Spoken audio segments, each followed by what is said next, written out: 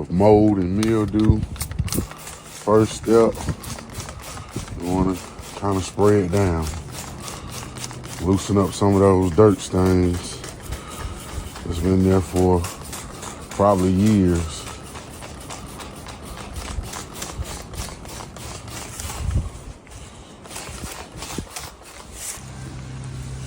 As you can see, it's very dirty.